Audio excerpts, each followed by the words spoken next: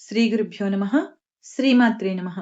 ఈరోజు మనం శ్రీ లలితా సహస్రనామ స్తోత్రం 151వ శ్లోకం నుండి 155వ శ్లోకం వరకు నేర్చుకోబోతున్నాం.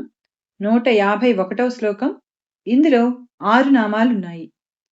సత్యజ్ఞానానందరూపా, సత్యజ్ఞానానందరూపా, సత్యజ్ఞానానందరూపా, సత్యజ్ఞానానందరూపా, సామరస్యపరాయణ, సామరస్యపరాయణ, సామరస్యపరాయణ, సామరస్యపరాయణ, కపర్దిని, కపర్దిని, కపర్దిని, కపర్దిని, కళామాల, కళామాల, కళామాల, కళామాల, కామధు, కామధు, కామధు, కామధు, కామరూపిణి, కామరూపిణి, కామరూపిణి, కామరూపిణి, సత్యజ్ఞానానందరూపా, సామరస్యపరాయణ, కపర్దిని, కళామాల, కామధు, కామరూపిణి.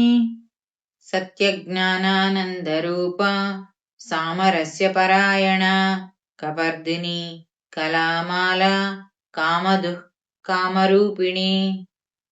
152వ శ్లోకం. ఇందులో 9 నామాలున్నాయి. కళానిధి, కళానిధి, కళానిధి, కళానిధి, కావ్యకళ, కావ్యకళ, కావ్యకళ, కావ్యకళ, రసజ్ఞ, రసజ్ఞ, రసజ్ఞ, రసజ్ఞ, రససేవదిః, రససేవదిః, రససేవదిః, రససేవదిః, పుష్ట, పుష్ట, పుష్ట, పుష్ట, పురాతన, పురాతన, పురాతన, పురాతన, పూజ్య, పూజ్య, పూజ్య, పూజ్య, పుష్కర, పుష్కర, పుష్కర, పుష్కర, పుష్కరేక్షణ, పుష్కరేక్షణ, పుష్కరేక్షణ, పుష్కరేక్షణ. కళానిధి, కావ్యకళ, రసజ్ఞ, రససేవదిః, పుష్ట, పురాతన, పూజ్య, పుష్కర, పుష్కరేక్షణ. కళానిధి, కావ్యకళ, రసజ్ఞ, రససేవదిః, పుష్ట, పురాతన, పూజ్య, పుష్కర, పుష్కరేక్షణ. 153వ శ్లోకం. ఇందులో 7 నామాలున్నాయి.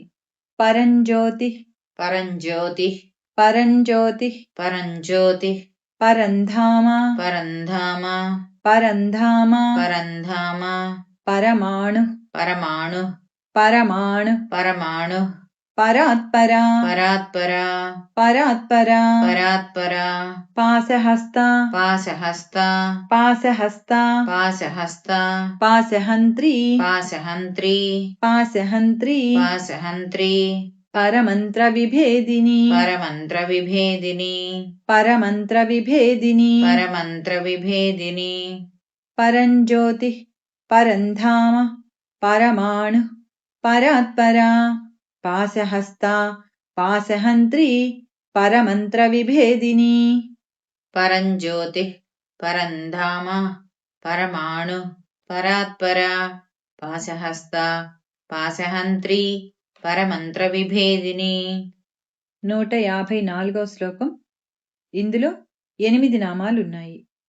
మూర్త, మూర్త, మూర్త, మూర్త, అమూర్త, అమూర్త, అమూర్త, అమూర్త, నిత్యతృప్త, నిత్యతృప్త, నిత్యతృప్త, నిత్యతృప్త, మునిమానసహంసిక, మునిమానసహంసిక, మునిమానసహంసిక, మునిమానసహంసిక, సత్యవ్రత, సత్యవ్రత, సత్యవ్రత, సత్యవ్రత, సత్యరూప, సత్యరూప, సత్యరూప, సత్యరూప, సర్వాంతర్యామిని, సర్వాంతర్యామిని, సర్వాంతర్యామిని, సర్వాంతర్యామిని, సతీ, సతీ, సతీ, సతీ. మూర్త, అమూర్త, నిత్యతృప్త, మునిమానసహంసిక, సత్యవ్రత, సత్యరూప, సర్వాంతర్యామిని, సతీ. మూర్త, అమూర్త, నిత్యతృప్త, మునిమానసహంసిక, సత్యవ్రత, సత్యరూప, సర్వాంతర్యామిని, సతీ. 155వ శ్లోకం. ఇందులో 10 నామాలున్నాయి. బ్రహ్మణి బ్రహ్మణి బ్రహ్మణి బ్రహ్మణి బ్రహ్మ బ్రహ్మ బ్రహ్మ బ్రహ్మ జనని జనని జనని జనని బహురూప బహురూప బహురూప బహురూప బోధార్చిత బుధార్చిత బోధార్చిత బుధార్చిత ప్రసవిత్రి ప్రసవిత్రి ప్రసవిత్రి ప్రసవిత్రి ప్రచండ ప్రచండ ప్రచండ ప్రచండ ఆజ్ఞ ఆజ్ఞ ఆజ్ఞ ఆజ్ఞ ప్రతిష్ఠ ప్రతిష్ఠ ప్రతిష్ఠ ప్రతిష్ఠ ప్రకటాకృతి ప్రకటాకృతి బ్రహ్మణి బ్రహ్మజనని బహురూప బుధార్చిత ప్రసవిత్రి ప్రచండ ఆజ్ఞ ప్రతిష్ఠ ప్రకటాకృతి.